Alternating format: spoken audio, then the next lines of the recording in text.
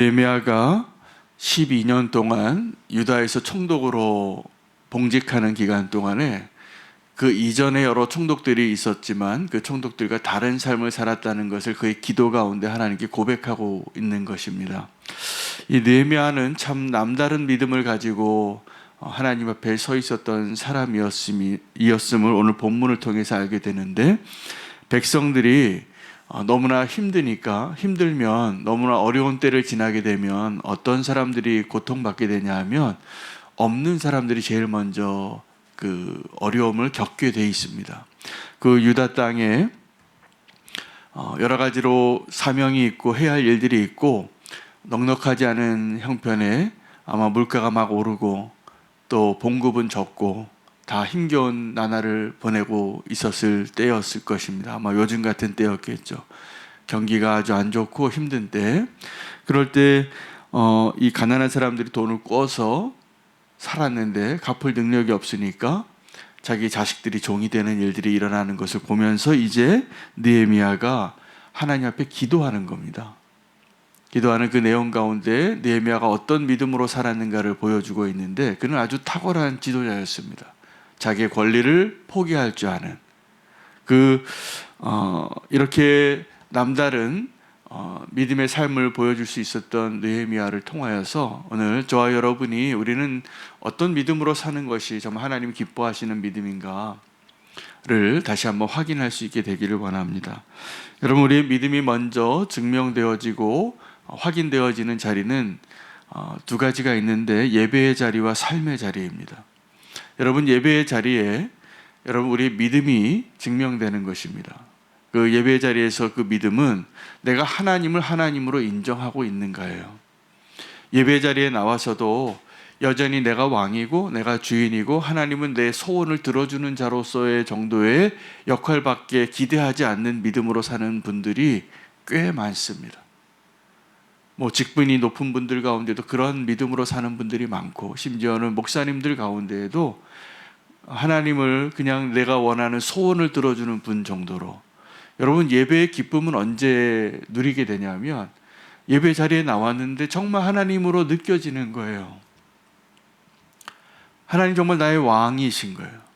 하나님 정말 나의 창조자이신 거예요. 나의 구원자이신 거예요. 나의 주님이신 거예요. 이걸 고백할 수 있는 그러한 믿음으로 하나님 앞에 서게 될 때 예배가 가장 감격이 있어요. 근데 예배 때 우리가 그러한 하나님을 인정하는 믿음이 온전히 인정되지 않으면 예배가 불만족스러워요. 감동이 없어요. 여러분, 예배의 자리에서 우리의 믿음이 확인되어지기를 축복합니다. 또 하나, 우리가 예배의 자리뿐만이 아니라 우리 믿음이 확인되어져야 할 자리가 삶의 자리입니다. 오늘 느헤미야는 그 삶의 자리에서 믿음의 사람은 이렇게 사는구나를 보여주고 있습니다. 그가 이전의 총독들과 달랐거든요. 그러면 이전의 총독들과 느헤미야가 왜 달랐냐 하면 그는 믿음의 사람이었기 때문에요. 여러분, 믿음의 사람으로 삶의 자리에서 내가 다른 사람들과 차이가 나는 존재로서 살아내는 삶을 살기를 원하시죠? 원하지 않으십니까? 원하신다면 오늘 어떻게 그렇게 차이가 나는 믿음의 삶을 사는지를 오늘 느헤미야의 모습에서 우리가 발견할 수 있기를 원합니다. 첫 번째, 오늘 본문에 보면 15절이에요. 그가 이전에 있는 총독들은 백성들에게서 양식과 포도주도 받고 은 40세겔을 빼앗았대요. 그리고 그들의 종자들도 백성들을 압제했대요. 이게 무슨 얘기냐면 종자들은 그 총독의 부하들이에요. 조력자들이에요.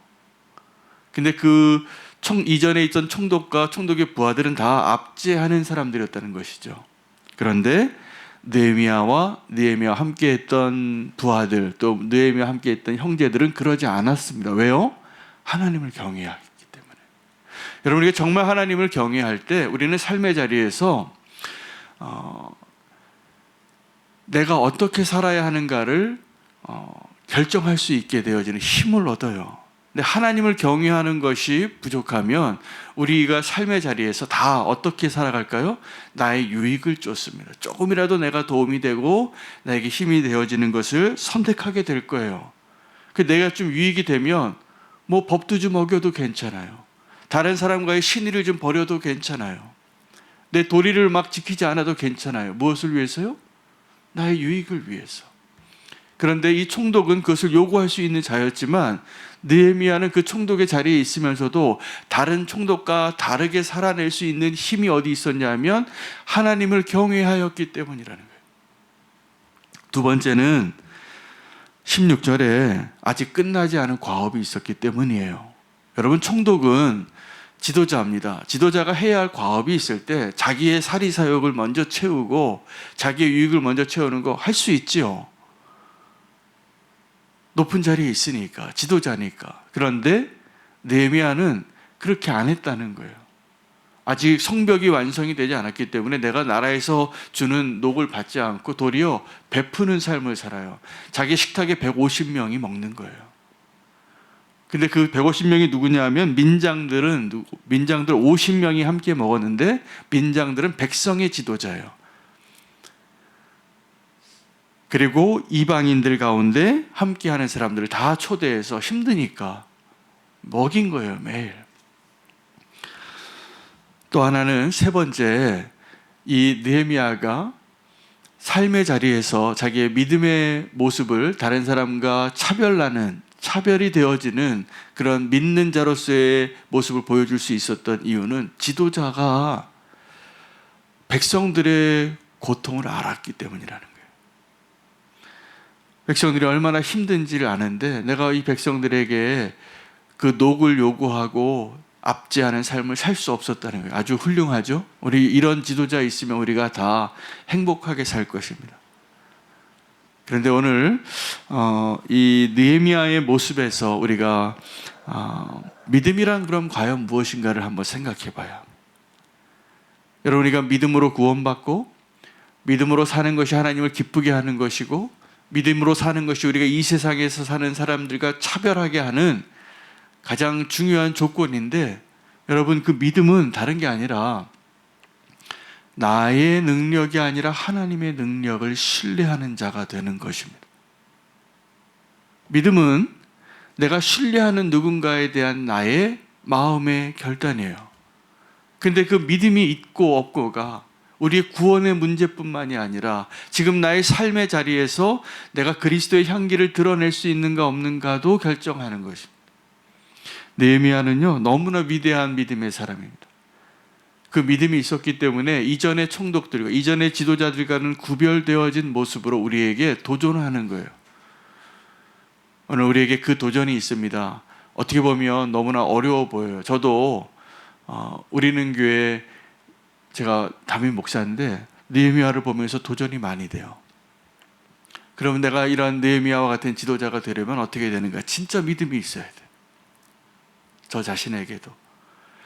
내가 정말 믿음이 있다면 나의 능력이 아니라 하나님의 능력을 의지하고 사는 자가 되어서, 여러분, 그 믿음의 나의 능력이 아니라 하나님의 능력을 의지하는 자로 사는 비결이 뭘까요? 믿음의 사람 되기를 원하십니까? 믿음의 사람 되기를 원하시죠?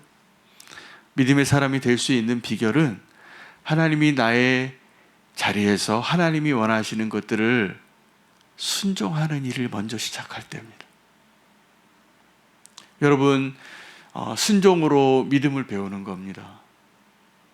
근데 우리가 이렇게 해야 된다는 걸 알아요. 근데 무엇이 우리를 가장 힘들게 하냐면 순종하는 게 잘 안 돼요. 왜요? 나의 생각과 기준으로 순종하는 것이 힘겨워요. 여러분, 권리를 포기하는 지도자가 되는 것, 우리가 보기에 너무 존경하고 존경스럽고 다른 사람들과 차별이 되어지는 모습으로 되어지는 느헤미야. 오늘 그 느헤미야가 오늘 우리에게 도전하고 있습니다. 정말 믿음의 삶을 살기를 원하면 나의 능력이 아니라 하나님의 능력을 의지하는 자가 되는 것. 하나님의 능력을 의지하는 자가 되는 첫 걸음은 하나님 우리에게 명령하신 것을 순종하는 자가 되는 것입니다. 여러분, 예레미야 35장 6절에 그 예레미야가 이스라엘 백성들이 하나님의 명령에 잘 순종하지 못하니까 증명하기 위해서 이 오늘 이 느헤미야와 같은 사람들을 소개해요. 그 사람들이 누구냐 하면 레갑 사람들이에요. 그 레갑 사람들의 조상이 있었는데 요나답이라는 사람이에요. 근데 요나답이라는 사람이 그 이스라엘의 개혁을 하면서 자기 후손들에게 명령을 해요. 너희는 이 땅에서 하나님의 뜻을 이룰 때까지 포도주도 먹지 말고 집도 짓지 말고 파종도 하지 말고 포도원도 짓지 말고 장막에 살아라. 이 땅에서 나그네같이 살라고 명령을 해요. 요나답이 후손들 너희 대대 손손이 그렇게 살라고. 그런데요, 그 하나님의 뜻에서 벗어나서 하나님이 이제 바벨론으로 포로로 끌고 가게 하는 그 재앙을 내릴 수밖에 없는 불순종하는 이스라엘 가운데 이 레갑 지파 사람들이 어떻게 살았냐면 그 조상의 명령에 또 하나님의 명령에 순종하는 삶을 계속 살아왔다는 것을 보여줘요. 마치 엘리야 시절에 그 바알에게 무릎 꿇지 않은 사람들 7,000명이 있는 것처럼 여러분 지금도 이 레갑 사람들과 같은 사람들이 존재합니다. 그 사람들이 이 세상에 살아가면서 믿음이 있는 삶의 모습이 어떠한가를 증명해내는 사람이에요. 그 사람들을 불러다가 예레미야에게 이렇게 하나님이 시험하라 그래요. 그 레갑 지파 사람들이 저 동네에 살고 있는데 그 사람들 불러다가 잔치를 베풀고 포도주를 한번 권해봐라. 그런데요, 이 오랜 세월을 거쳐서 그 명령대로 순종했던 레갑 지파 사람들이 포도주를 마셨을까요? 안 마셨을까요? 안 마셔요. 그리고 증명해내는 거예요. 그들이 거룩한 하나님의 백성으로 하나님의 명령을 순종하는 자로 이렇게 오랫동안 살아왔다는 것을 증명하여, 그것은 뭐에 대한 하나님의 메시지였냐면 이스라엘의 재앙이 순종하지 않은 것에서 오는 것을 증명하기 위해서 그 사람들을 보여준 거였어요. 여러분, 믿음의 삶을 우리가 다시 한번 회복하기를 원합니다. 다시 한번 우리의 믿음의 삶을 회복하기 위하여 우리가 의지해야 될 것은 나의 능력이 아니라 하나님의 능력을 신뢰하는 겁니다. 오늘 느헤미야가 그렇게 존경받는 지도자로서 차별이 되어지는, 차이가 나는 지도자가 될 수 있었던 세 가지 이유를 다시 한번 우리가 붙잡고 기도할 수 있게 되기를 원합니다. 첫째는 그가 하나님을 경외하는 자였고, 나에게 맡겨진 과업이 아직 끝나지 않았고, 내가 책임져야 할 백성들의 고통을 내가 알고 있었고, 이 세 가지가 삶의 자리에서 믿음으로 살아내는 그 삶을 살아내기 위한 비밀입니다. 비결입니다. 오늘 우리에게도 예배의 자리와 삶의 자리에서 믿음을 증명해낼 수 있는 느헤미야와 같은 삶을 살 수 있도록 하나님 말씀해 주셔서 우리가 이렇게 구별되어진 삶을 살 수 있게 되기를 축복합니다. 오늘 말씀 붙잡고 함께